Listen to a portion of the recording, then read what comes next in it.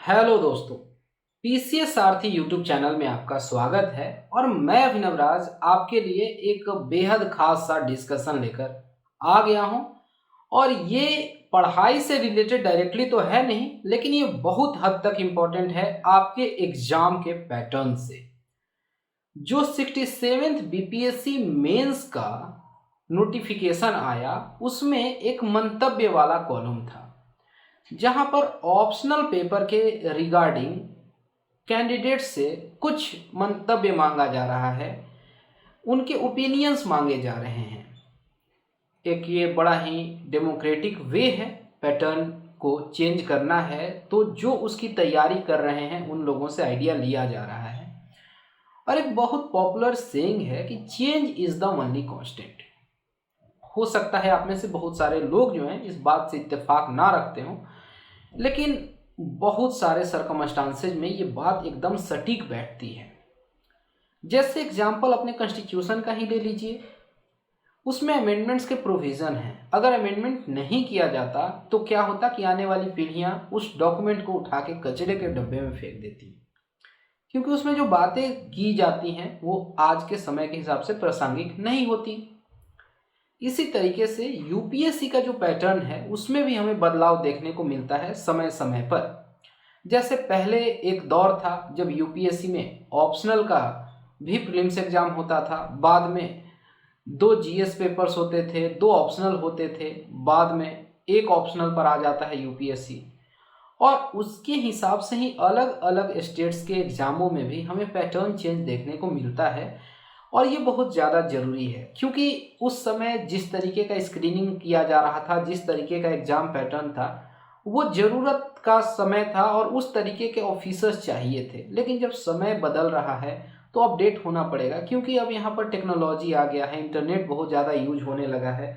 तो अगर हम पहले वाली ही चीज़ों पर टिके रहेंगे तो ये अच्छा नहीं होगा। यहाँ पर अब नए तरीके के आइडियाज़ चाहिए, नए तरीके के फोकस चाहिए, और यहाँ पर चेंज जो है वो बहुत ज़्यादा ज़रूरी है। इन चीज़ों को देखते हुए नया पैटर्न, नया सिस्टम, नए तरीके की ब्यूरोक्रेसी होनी चाहिए जो कि टेक्नोलॉजी से साउंड हो, या अब उनके स्क्रीनिंग का पैटर्न पहले से थोड़ा अलग तो होना ही चाहिए। इस बात से आप भी सहमत होंगे।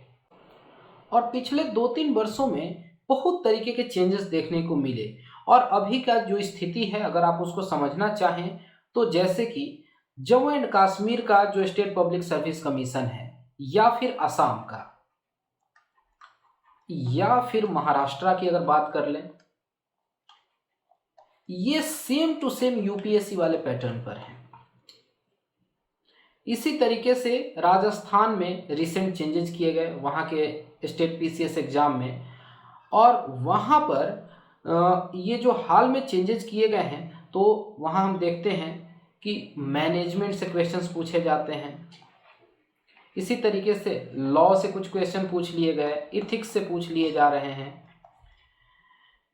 इससे क्या होता है कि नए तरीके के आइडियाज आ रहे हैं, जो डिमांड है ब्यूरोक्रेसी की वो फुलफिल हो रही है समय के साथ। इसी तरीके से उत्तर प्रदेश में भी 2018 में बदलाव दिखा, और यहाँ पर वो सेम टू सेम यूपीएससी वाले पैटर्न में अपने को शिफ्ट कर लेता है।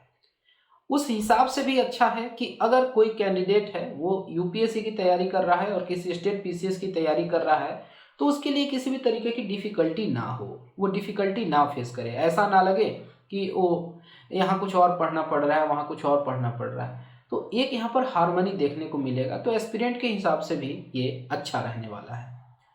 तो बिहार जो है इसी पैटर्न को देखते हुए खुद में भी बदलाव लाने की बात कर रहा है। जैसे अभी तक जो प्रीलिम्स होता है सारे पॉजिटिव मार्किंग वाले उसमें क्वेश्चंस होते हैं, लेकिन जो 68 का नोटिफिकेशन है उसमें इस बात को क्लियर कर दिया गया कि पैटर्न चेंज किया जा रहा है। ओके, उत्तर प्रदेश में भी पहले सारे पॉजिटिव स्कोर वाले प्रीलिम्स में क्वेश्चंस होते थे, बाद में निगेटिव मार्किंग इंट्रोड्यूस कर दिया जा रहा है।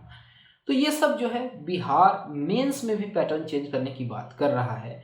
और यहाँ पर 67th मेंस की जब फॉर्म फिलअप होंगे वहीं पर मंतव्य पूछा जा रहा है फॉर्म फिल कर रहे कैंडिडेट से कि आप क्या चाहते हैं, आप अपने ओपिनियन को दीजिए। हालांकि बीपीएससी उन ओपिनियंस को मानने के लिए बाध्य नहीं है, बाउंड नहीं है, लेकिन फिर भी मेजोरिटी क्या चाह रही है, ये तो बीपीएससी को आइडिया लग जाएगा। तो ये आपकी मोरल रिस्पॉन्सिबिलिटी हो जाती है कि जब आप उस ऑप्शन को चूज कर रहे हो तो काफ़ी सोच समझ के विचार करके और उस ऑप्शन को आपको चूज करना है। जो यहाँ पर 7 बिंदुओं पर आपसे मंतव्य मांगा गया है उसमें पहला तो ये दिया गया है कि ऑप्शनल पेपर जो है उसको रिप्लेस कर देना चाहिए एक कॉमन ऐसे पेपर से। जैसे कई सारे स्टेट्स में दिख रहा है इस तरीके का, जो कि ऑप्शनल को हम हटा देते हैं, क्योंकि ऑप्शनल में बहुत तरीके का झंझट है।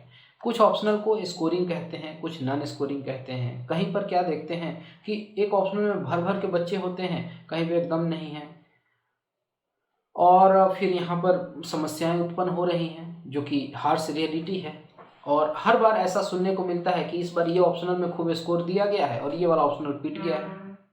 होता है ना, यूपीएससी वाले भी चर्चा करते हैं, स्टेट में भी चर्चा करते हैं। तो क्या ये ऑप्शनल पेपर को ही हटा देना चाहिए और एक कॉमन ऐसे पेपर होना चाहिए जिससे एकदम कॉमन लेवल प्लेइंग फील्ड जो है वो तैयार हो सके?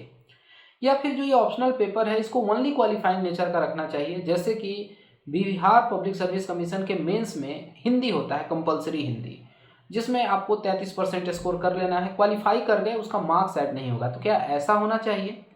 मेरिट लिस्ट को तैयार करने में उस मार्क्स को डिटरमाइन नहीं किया जाए। या फिर ऑप्शनल जो पेपर है वो एमसीक्यू टाइप का होना चाहिए रिटेन की जगह। ये भी कुछ लोगों का विचार हो सकता है, हालांकि पर्सनली अगर मेरी माने तो मैं इस बात से सहमत बिल्कुल भी नहीं हूँ। चौथा है कि यहाँ पर कुछ स्टैट्स के फॉर्मूले लगा दिए जाएं, ये यूज होना चाहिए। लेकिन इसकी एक बहुत बड़ी कमी है कि ये बहुत इम्परफेक्ट रहने वाला है और इनएक्यूरेट रहने वाला है, क्योंकि कुछ ऐसे ऑप्शनल पेपर्स हैं जहाँ बहुत कम संख्या में कैंडिडेट्स हैं।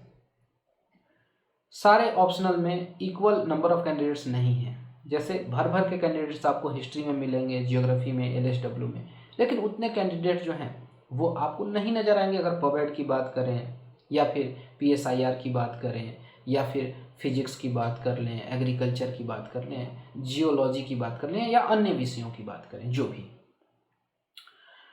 तो क्या उस सिनेरियो में ये जानते हुए कि ये इम्परफेक्ट और इनएक्यूरेट होगा, क्या आप चाहेंगे कि इस तरीके का नॉर्मलाइजेशन लाया जाए?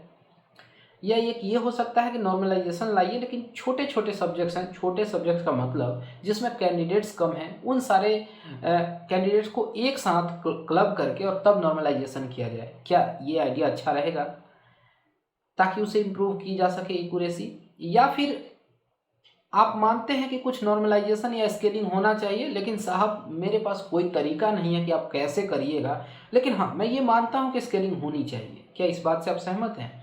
और ये इसलिए कि बहुत सारे जो कैंडिडेट्स हैं जो कि साइंस बैकग्राउंड के हैं, जिनका ऑप्शनल मैथ्स होता है या फिजिक्स होता है, वो स्कोर बहुत अच्छा कर लेते हैं इन सब्जेक्ट्स में, और उस तरीके का स्कोर जो है ह्यूमैनिटीज़ में नहीं मिलता है। तो एक डिफरेंस क्रिएट हो जाता है और टॉप रैंकर्स अक्सर देखे जाते हैं कि साइंस या कह लें कि फिजिक्स ऑप्शनल, मैथ्स ऑप्शनल वाले ज़्यादा दिखते हैं। तो ह्यूमैनिटीज़ के जो कैंडिडेट्स हैं इस बात से भी वो परेशान रहते हैं। या फिर ये कहा जा रहा है कि कोई भी स्केलिंग नहीं होनी चाहिए, जो प्रेजेंट पैटर्न है उसको हम एज इट इज़ रखेंगे, कंटिन्यू रखेंगे, उसमें स्टेटस क्यू बरकरार रखें। तो ये जो भी आपका ओपिनियन होगा आपको काफ़ी सोच समझ के आप दीजिएगा, क्योंकि ये आने वाले एग्ज़ाम को मतलब कहीं ना कहीं उसमें अपना एक ये इम्पोर्टेंट रोल प्ले करने वाला है। और इस वोटिंग में कितने लोग शामिल होंगे? तो करीब 11,000 लोग जो मेंस के फॉर्म को फिल करेंगे। मेरा ये भी मानना है कि फॉर्म को बहुत जल्दी भर लीजिए।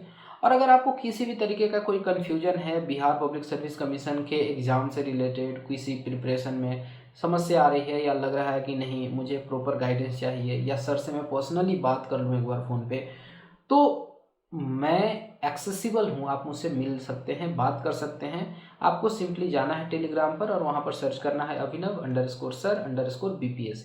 ये सर्च करके आप मुझसे टेलीग्राम में जुड़ जाइए, अपनी बात को रखिए। और अगर आपके मन में कोई दुविधा, कोई संकोच, कोई कन्फ्यूजन है इस एग्ज़ाम को लेके, या कुछ आप सब्जेक्ट में ही पूछना चाहते हैं, तो बेहिचक आप मुझसे पूछ सकते हैं। फिर हम आगे मिलेंगे, बहुत कुछ है डिस्कस करने के लिए। फिलहाल इस वीडियो में इतना ही। Thanks for watching and all the best for your upcoming exams.